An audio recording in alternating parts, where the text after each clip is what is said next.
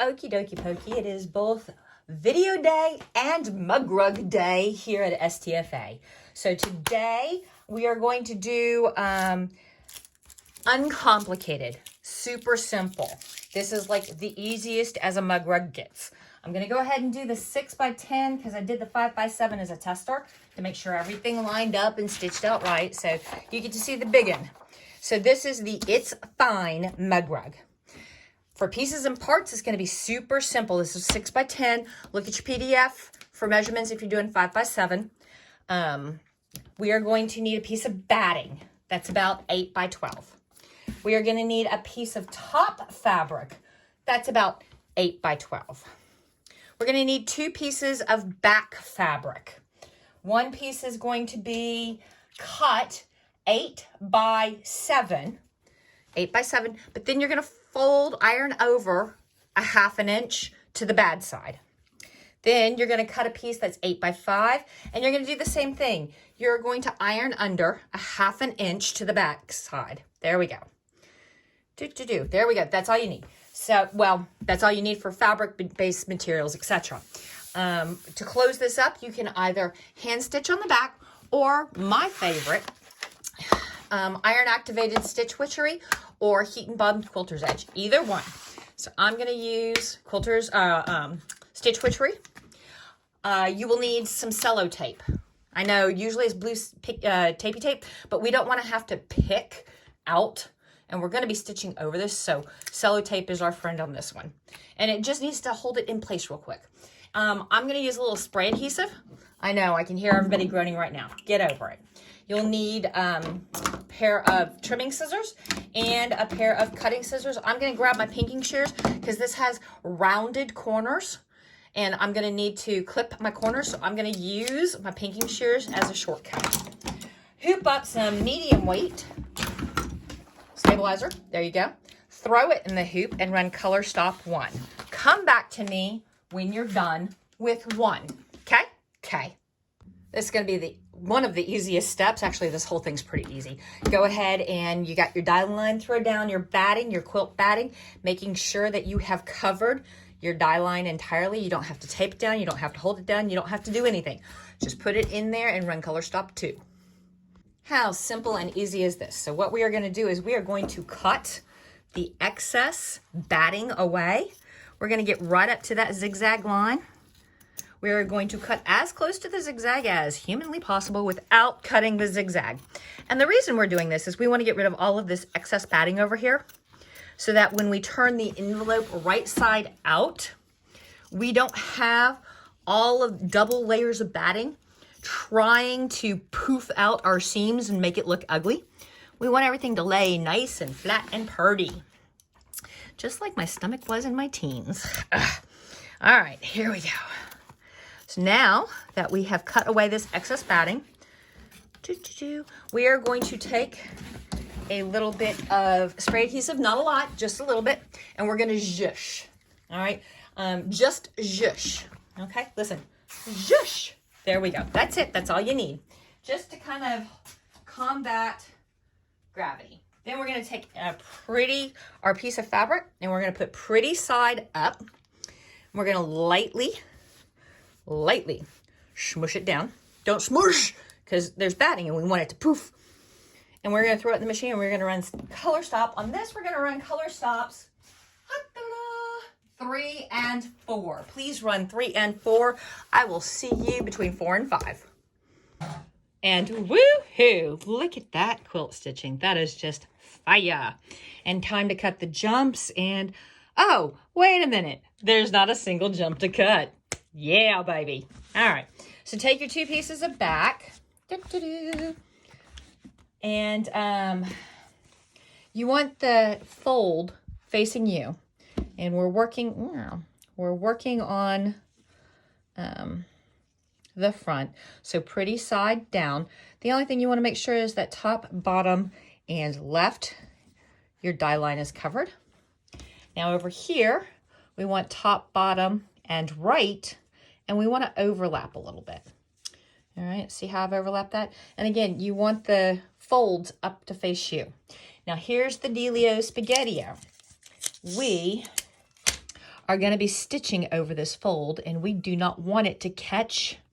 So I am going to put a piece of sellotape here, and then I'm going to come down here, and I'm going to put a piece of sellotape here, right along the stitch line. And yes, I know we're going to stitch over it. It'll be fine.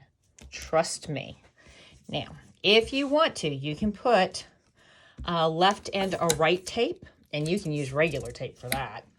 We're going to throw it in the machine, and we are going to run the last color stop. So go ahead. There we go. That's what we got. I'll see you after the last color stop. Okay, kiddos and cadets, we're ready to rock and roll. So I'm not even going to bother trying to trim anything down while it's in the hoop. I'm just going to pull up that tape and then pull up that tape and pull up that tape. And then I'm going to pop it out of the hoop. Come here. Ah, tape. There we go. And I'll find that stuck to my pants later today. Yay me. Pop it out of our hoop. Now I am going to cut this down so that I don't have to sit there and manhandle 500 yards of stabilizer. But because this has curved corners, we're going to want to clip and do our little triangles and cutties. So I'm going to shortcut that. I'm going to grab my pair of pinking shears. We want to be about 1/8 of an inch away from, let's start over. We want to be about 1/8 of an inch away from our seam line. So very carefully, I'm going a little closer on the corners so that they lay right.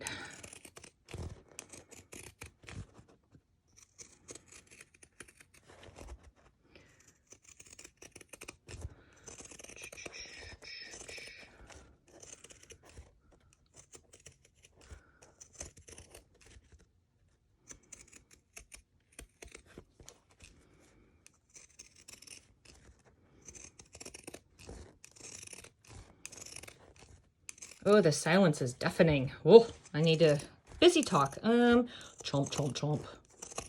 For some reason, I'm thinking Cookie Monster today. I can't tell you why, but everything's reminding me of the Cookie Monster. All right. Now we are going to reach finger in, and we are going to start working to turn this out all the way around. There's that. We're going to come down here and do the same thing. There's that. Now, we want to pokey out our corners, obviously. But we also want to roll our seam line so that our seam line is right on the edge. So, roll, roll, roll, so that everything lays nice and flat and is perfect and beautiful, just like you. Now, to keep it from rolling back on you and being all lumpy and ugly, we are going to take an iron and we are going to press. Let me impress upon you how important it is to lay flat. All right. So we're going to come up here. Ooh. Press. And before you go, oh my God, that's a cute little handheld iron. Yes, it is adorable. I got it back in my quilting days, literally decades ago. Well, where can I get one? I don't know. I don't even know if they still make these anymore. This is a, yeah. There is, oh, it's Dritz. Of course it's Dritz. And we are going to press and a tiny little pressing board right here. Now that I don't quilt quite as much as I used to, these two things live on one of the shelves beneath my cutting bench for embroidery. They do not live over with the quilting stuff because I actually use this. I did not press that to my satisfaction. All right, now we do have this open, and you can whip stitch that closed by hand. You really totally can, but I like using Stitch Witch. Stitch Witch is a two-sided heat-activated glue, and you figure out how much you need, and then you lay it in there close to the edge, but not sticking out, because once the heat hits it, it'll start sticking to your iron and it'll leave marks everywhere. So you want to make sure that you are tucked in like so. Tucky, tucky, come on, there you go. Hey, if we're going to be this way about it, and we're going to take our iron and we're going to go 1, 2, 3, 4, 5, 6, 7, 8, 9, 10. 1, 2, 3, 4, 5, 6, 7, 8, 9, 10. 1, 2, 3, 4, 5, 6, 7, 8, 9, 10. 1, 2, 3, 4, 5, 6, 7, 8, 9, 10. And it is all pressed down. And get rid of my pressing board. Ooh.